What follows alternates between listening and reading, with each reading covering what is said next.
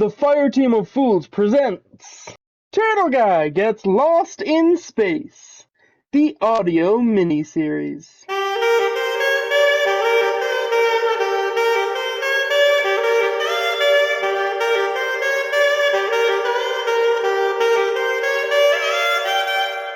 The escape pod drifted silently across the shadow, speckled with glinting stars, like distant eyes viewing this unfortunate circumstance. You see, an escape pod drifting aimlessly through space would usually be a sad accident, a waste of technology to be written off by some unfortunate office worker, probably someone named Tim. But this escape pod wasn't empty. This wasn't a technical glitch that jettisoned a pod. This escape pod had a passenger. The Guardian was not the brightest, nor was he the strongest, but he made up for it with his lovable charm. Currently, he retained very little of this charm due to him lacking clothes and existing in a constant state of starvation, dying, and resurrecting, only to die again. Being lured into an uncomfortably small living space without any clothes, and only a bag of dog treats to feed him for a few days, was, however, similar to one of the aspects that have defined his life. Turtle Guy was his name, and getting lost was his game. And today, Turtle Guy was lost in space. God damn it, Hoover! Why couldn't you have left me a phone or something? Wonder is there anything else I could take apart to turn into a makeshift radio again? Turtle Guy had previously managed to tear apart the computers on this vessel and plug them together into a temporary radio system. It lasted for a surprisingly long time before he drifted out of range from his fireteam leader and best friend, Cyber. Oh, and his other best friend, Hoover, the mischievous Guardian who was responsible for this whole mess. What's the point in fixing my helmet if I'm never going to be able to call anyone? Turtle Guy slammed his fist into the wall and reeled back from the pain. His ghost usually forgot to heal him whenever he got injured, or at least he hoped he'd forgotten it, but he had gotten used to it by now. Ghost, do that record message thing that you can do. You doing it? Is that a yes? Alright. To whoever finds my cold dead body, you now have a mission. Avenge my soul by hunting down that sparkling idiot, Hoover, and throwing him into an escape pod, and send him on a cruise without any escape food or clothes to this exact destination. I want his grave to be right beside mine, so I can kick his ass as a ghost without having to travel. If he did prank me, I wouldn't be stuck in this stupid tin can. The view isn't even any good. Cyber says space is beautiful and wide, round.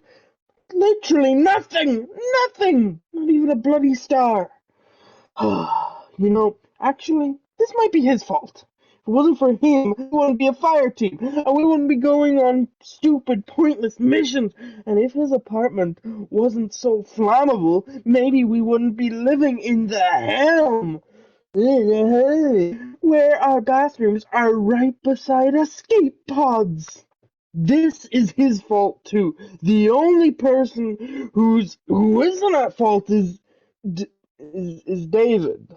Turtle Guy's outburst inexplicably fished up the memories that he had forgotten for some time, or at least convinced himself to forget. David was the only close friend Turtle Guy had ever really lost. And since it was his plan to mess around with hive magic to conduct the exorcism that resulted in his evaporation, these memories were really the only things he regretted in his life. Sure, he complained a lot, and sure, he made mistakes a lot too. But isn't that life? Not saving David was the one thing that lay in his outwardly jovial heart, the one thing that caused him grief every night when he tried to sleep, that his constant laughs would never betray. He looked out at the stars, reminiscing on the short year that he had known his old friend, but shook himself back to reality before the tears blurred his vision anymore. He was back in reality. Back in the escape pod. Alright. Time for my daily problem-solving mental exercise. Turtle Guy reclined back in what could almost be considered a sofa made from the cushioning that should not have been ripped off of the wall of the pod. He placed his fingers on his temples and began to hum in a trance-like state in order to expand the full capabilities of his mind. Or at least that's what he thought.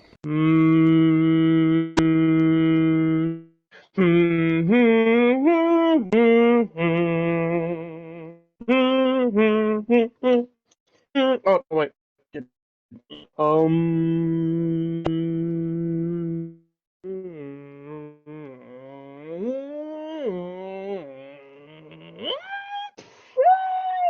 Alright, meditation. He breathed in deeply and released his air in a calm and calculated manner. He wanted to dedicate as much time as possible to this endeavor. He was prepared to use the very limits of his patience. He could spend as long as it needed to figure out a solution to this dire situation of life or death. 3 seconds passed. This sucks. Thinking is boring. How does Cyber do it all the time? Turtle Guy proceeded to slowly butt his head against the pane of reinforced glass. Wait, this is boring. Cyber knows how to do boring stuff. Turtle Guy scrambled around the small space of the escape pod in a desperate search attempt. He tore apart his cushioning sofa. He flipped small pieces of scrap and poorly disassembled computer parts. He even pushed his head under the small console to see if it had somehow gotten wedged into the useless piloting system. As he poked around, he hit his head against the hard metal corner of the computer. The sudden burst of concussion knocked him onto his back, rocking left and right. In pain? God damn it. It was at this point that Turtle Guy lay on his back and looked directly upwards. Through his slightly blurred vision, he noticed a small item wedged between 2 metal insulation panels that he had attempted to peel off before his ghost warned him that it would probably result in depressurization and instantaneous cold-crushing death. Bingo! Turtle Guy stood to his feet and reached up to the roof, which was closer to his head than would be comfortable, so he didn't have to strain his arm to grip the small object and pluck it from the metal with a small, shrill scraping sound that wedged itself into his ears for a few unbearable seconds. It was, without any other description, a watch. At first glance, however, this watch had no functioning face to tell the time. Cyber had constructed this device for Turtle Guy after a mission where he had gotten particularly lost in a cave system on the moon while being chased by nightmares. Turtle Guy had worn it every day since he received the gift, under his armor where it could never be seen, of course, and his frustration was the only reason it was removed now for the first time. He threw it at the wall in a previous day's bout of annoyance. Let's see if this really ends up being useful. Turtle Guy clicked a small button on the edge of the surface that should have held the watch face, but Turtle Guy couldn't read the time as well as some. So Cyber built this device with a very different yet very specific purpose in mind. After he released the pressure on the device, a small satisfying beep alerted the Guardian that it had turned on. Then the recordings stored on this data storage device began to play as Turtle Guy slumped down with his back to the severely defaced wall. A small hologram of a warlock dressed in glowing white and blue robes flickered to life in his hands above the device. The Guardian had a white and blue color scheme all over and boasted a helmet consisting of a faceplate and fins protruding upwards like mechanical horns. Hey buddy, your good friend Cyber here. Looks like you've gotten lost again. Well, don't worry. You've done the right thing by turning on this emergency beacon. Can I skip this? No! So, all you have to do is stay calm, breathe in, breathe out.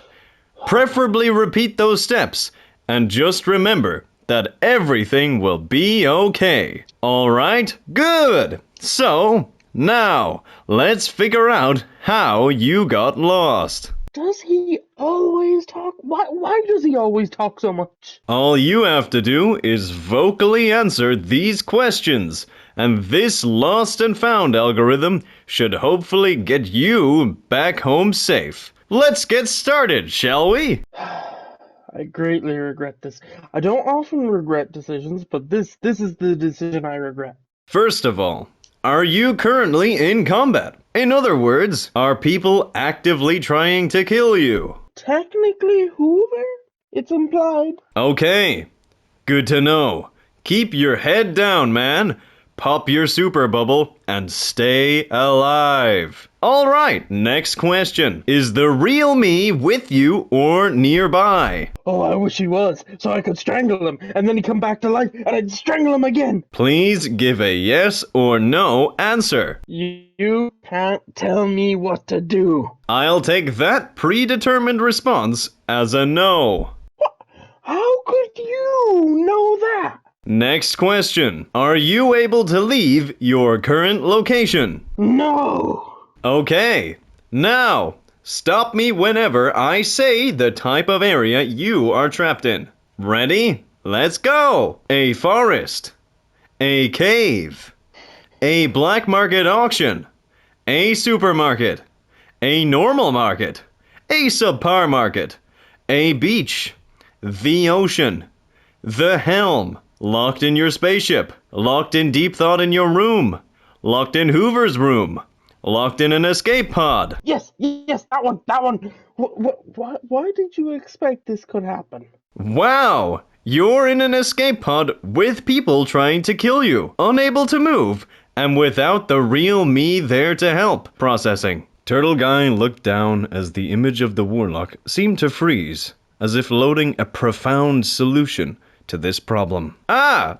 Don't worry! A solution has been found! In your escape pod, there should be a tracker device that Cyber built into every vehicle under the ownership of the Fireteam. So, as long as that is still functioning and has not been removed, which no one ever would, then your location is being beamed to the Helm navigational computer. So the real me will be there to help as soon as possible. Don't worry, Turtle Guy! Help is on the way! Well, that was pointless. Turtle Guy hurled the device across the room with a hint of arc energy, causing it to sizzle and gently explode into small pieces of dust as it collided with the opposite wall. Turtle Guy knew that Hoover had removed this tracking device as part of the practical joke, and now, as he feared, without it, there was no way for him to be found. Well, I didn't need to catch up on my beauty sleep. Maybe I'll learn to hibernate until I'm found. Maybe I'll learn new skills that will really encourage my fire team, my usefulness on the fire team.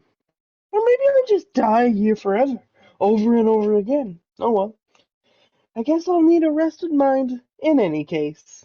Turtle Guy repositioned all of his cushioning to form some vague shape of a bed before curling up into a fetal position in an effort to fend off against the ever-present chill of space without functioning heaters. Good night, moon. Oh wait, there's no moon. Good night, ghost. Good night, space. I hate you. Good night, tin can. And good night to you two fools. I swear, I'm gonna dream about venting you out into deep space tonight. Ugh.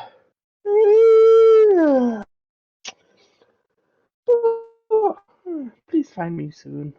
And so, Turtle Guy fell asleep, knees curled up to his chest, as the distant dim light of the stars illuminated his new prison as it slowly meandered across the void of space. He was dead to the world, in deep sleep by the time a small light began blinking on the mutilated terminal at the center base of the glass window. This light was one of the few components that Turtle Guy's mechanical engineering experiment had not fully destroyed. This light was connected to the external motion sensors, and it blinked when it detected something approaching the outside of the escape pod. Turtle Guy's snoring grew steadily slower and gentler and louder, and the blinking grew steadily faster also.